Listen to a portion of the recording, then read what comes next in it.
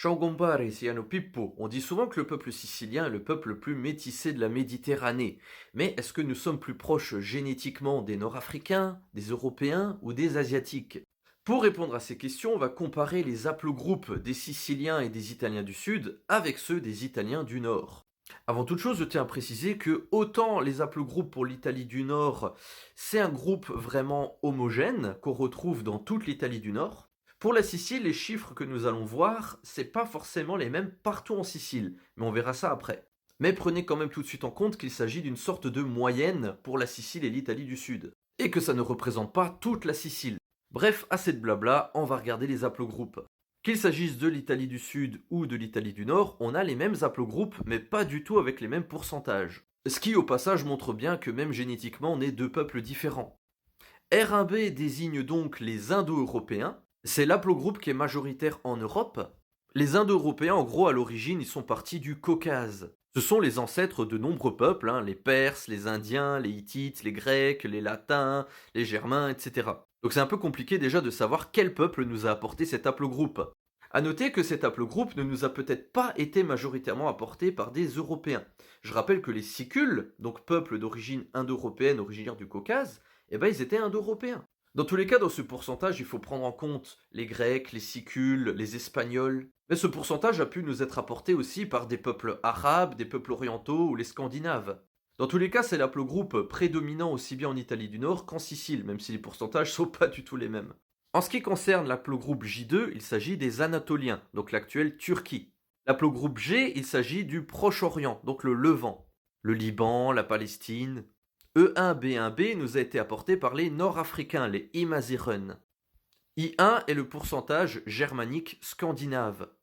Et I2, il s'agit des Balkans, l'Albanie, la Grèce. Ce qui est d'ailleurs assez marrant parce que souvent beaucoup s'imaginent que les Normands nous ont énormément influencés génétiquement alors que les Normands, ils sont là-dedans quoi, dans I1. Maintenant du coup on va parler vraiment en chiffres. Au passage je remercie Lisa Giulia, à qui j'ai pu transmettre les images que vous avez vues précédemment et qui a pu créer des pourcentages à partir des fromages. Donc en rouge, Indo-européen, en Sicile 31,25%. C'est l'aplogroupe prédominant, mais on s'en rend bien compte qu'en réalité, du coup, les autres pourcentages s'en rapprochent quand même. Anatolien à 25%, Amazir à 18,75%, Proche-Oriental à 12,5%, Scandinave germanique, donc les Lombards, les Scandinaves, Ostrogoths, les Normands, etc., à 6,25%, et les Balkans, 6,25%. En Italie du Nord, là, clairement, c'est Europe à fond. 51% indo-européen, 12,5% germanique, 12,5% amazir, 8,35% proche-oriental, 11,5% anatolien et 4,15% des Balkans. Si la culture sicilienne est une culture très proche de ce qu'on peut trouver en Afrique du Nord, dans la Tamazra, donc chez les Imaziren, les Berbères, génétiquement parlant, on est majoritairement asiatique, des orientaux. Mais comme vous l'avez vu, les chiffres sont quand même assez proches. Et ce qui fait qu'en réalité, c'est pas toujours pareil en Sicile. Parfois, l'aplogroupe dominant, c'est pas forcément l'aplogroupe indo-européen.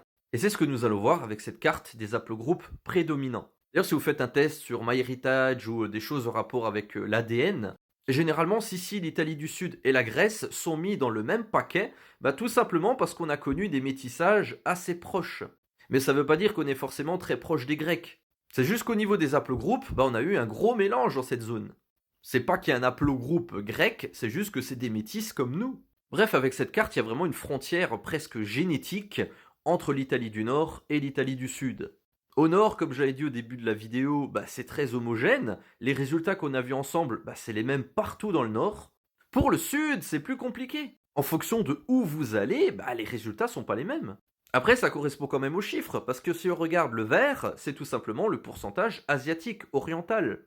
Et effectivement, c'est ce qui est majoritaire en Sicile. En violet, on a ce qui est nord-africain, amazir, et en bleu, ce qui est indo-européen. Donc on voit que les haplogroupes prédominants ne sont pas les mêmes partout en Sicile. Après, vu que ce sont des chiffres quand même assez proches, c'est pas non plus des écarts de 30 ou 20%. Contrairement à l'Italie du Nord, qui a une prédominance indo-européenne de 51%, où là, clairement, ça domine, nous, en Sicile et dans le Sud, il n'y a pas d'écart aussi grand.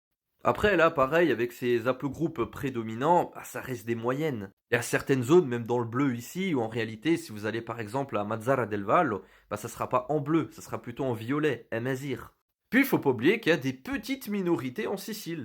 Par exemple, à Corleone, c'est une ancienne colonie lombarde. Piana degli Albanesi, bah, c'est tout simplement des anciens réfugiés albanais qui ont fui l'Empire ottoman et qu'on a accueillis en Sicile. Donc forcément, là-bas, la génétique, elle sera pas la même. Après, j'ai fait cette vidéo parce qu'il y a beaucoup de gens parmi vous qui s'intéressent aux haplogroupes, à la génétique, mais personnellement, j'y accorde pas plus d'importance que ça. Après, ça reste quand même assez intéressant parce que je sais qu'il y a beaucoup de gens qui s'imaginent que, suite à l'émirat de Sicile, tout le monde a été remplacé par les Européens, alors que les chiffres montrent bien que non.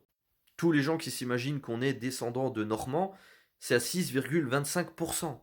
N'empêche que même si on n'est pas très proche génétiquement des Normands, ils ont quand même pas mal influencé la Sicile. Nos rois, à un moment donné, c'était des Normands. Pareil, là d'où moi je viens, il y a une prédominance de l'aplogroupe Amazir, donc berbère, mais on a énormément de points communs avec les Grecs, avec les Espagnols, d'un point de vue culturel. Enfin bref, dites-moi ce que vous en pensez en commentaire, si vous êtes étonné, surpris, que vous avez appris des choses. D'ailleurs, au passage, les gens qui disent tout le temps, oui, les Imaziren sont plus présents en Sicile, bah même génétiquement, sont encore là, hein. Et surtout, culturellement, spirituellement. En même temps, c'est logique, puisque ceux qui ont le plus influencé la Sicile, ça reste les Nord-Africains. Et c'était les tout premiers à être venus en Sicile.